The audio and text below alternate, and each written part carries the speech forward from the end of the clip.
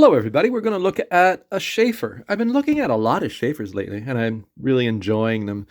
Sheaffer made beautiful pens, and this is a pen of a friend of mine. He bought this new when he was, I believe he said it was in England at the time, and that would have been, gosh, 80s, 90s, long time ago. And he's had it for years, and he loves the pen, and he brought it to me because it was having some issues. It was clogged up or something like that. And I washed it and I flushed it and cleaned up the feed, got everything cleaned up for him, and it's writing again. And what it is the Sheaffer Nostalgia. I believe the model number is 800. If I'm wrong, let me know. I know he will. He has the paperwork in the box, but he didn't bring it over to me. And he obviously has taken excellent care of this pen because it's in great shape. It's sterling silver, hardly any scratches on it. The plastic's in very good shape. Just a beautiful little pen. And it's sort of, well, it's called a nostalgia. So it's a throwback to early fountain pens, especially silver decorative fountain pens. Sheaffer used to make them, and a few other manufacturers also made them. And so it's a sort of a throwback to, say, the 1910s, 1920s, or earlier. Anyway, beautiful pen. What can I say about it? It didn't need much maintenance. Just give it a really good flush. And let's take a look at this little pen. So it's a screw cap. I'm not going to post it because it's not my pen. It has a 14 karat gold nib. This is a medium, I believe. Says right here, there's an M right there. I don't know if you can see it. Yeah, right there. M, medium. 14 karat gold nib. Sheaffer has made some beautiful pens, and I look forward to the day when they realize that fountain pens have become a kind of a thing again, and they start making some interesting pens. They still make pens. I would just love to see them go back to their history and sort of bring out some special items. It's one of those big manufacturers. Used to be made in USA, used to be made in Canada, used to be made in England, for instance. This is made in the USA, I believe. And it's been bought and sold, and they tend to have they still have a higher end pen. I think they only have one gold nib pen. So I'd like to see them bring in some different price levels with gold nibs, because one thing about Sheaffer, they made some absolutely stunning nibs. Like, I'm thinking of the Triumph nib and their inlaid nibs. Gosh, just beautiful. Love to see them go back to that. Do it, guys. We're going to do a little writing sample. Actually, first off, it's a pretty straightforward little pen. It's a screw cap. There's a cartridge inside it. It's a cartridge converter. This had a cartridge that was empty. I put Waterman Serenity Blue in it. It's a very good blue, I find, for older pens. I like using it. It's also a very lovely blue. And we're just going to do a little writing sample.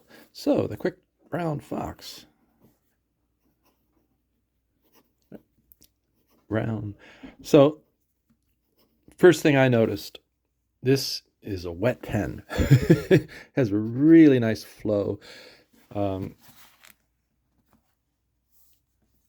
It's not like a hose or anything like that, but it has just a really nice flow.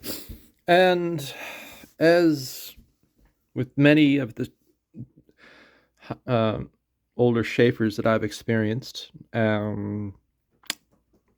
really nice writing experience. Very smooth, just juicy, good. Just it's a lovely pen. I wouldn't call it a flex nib by any means. I wouldn't push this by any means, but it has a little bit of line variation. Very nice to write with. So the Quick Brown Fox.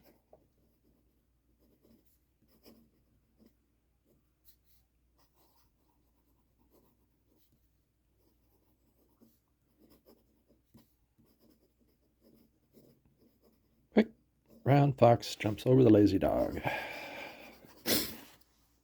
Yeah.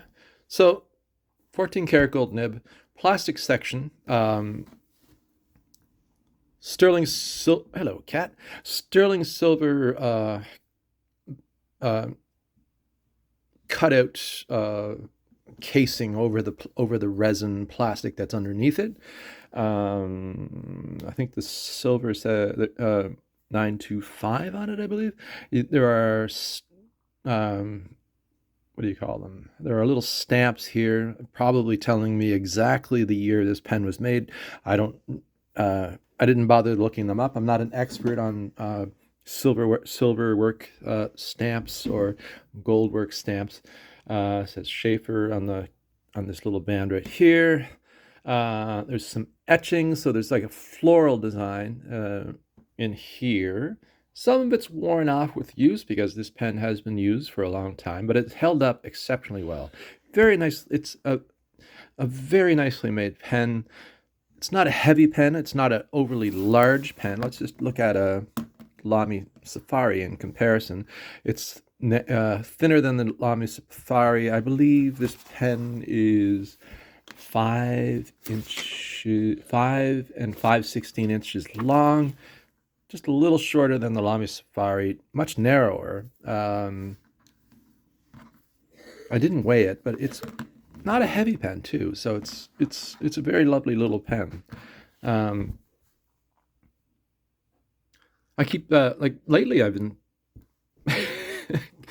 been fooling around with a lot of different Sheaffers. Friends have them, and I have a couple, and there's a few Sheaffers that I really want.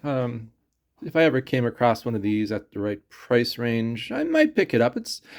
I like this pen a lot. It's lovely. It's beautiful to look at. I'm a bit more conservative. I like black pens with gold trim, silver trim. Yeah, I have a thing for black and gold pens, black and silver pens. But yeah, this is black and silver. Okay, yeah, I like it. Anyway, that's about all I can say about it. I hope it has many more years of service, and I think it will. Anyway, I hope you liked the video. It's just a quick look at a beautiful little pen. If you're new around here, I invite you to subscribe to the channel, and if you like the video, give me a thumbs up.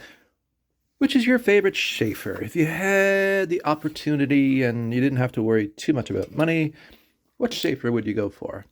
I would probably go for the Sheaffer fountain pen for men, the Sheaffer. Anyway, there's all kinds of beautiful Sheaffers. So anyway, I'll end it here. Thanks a lot. Bye-bye.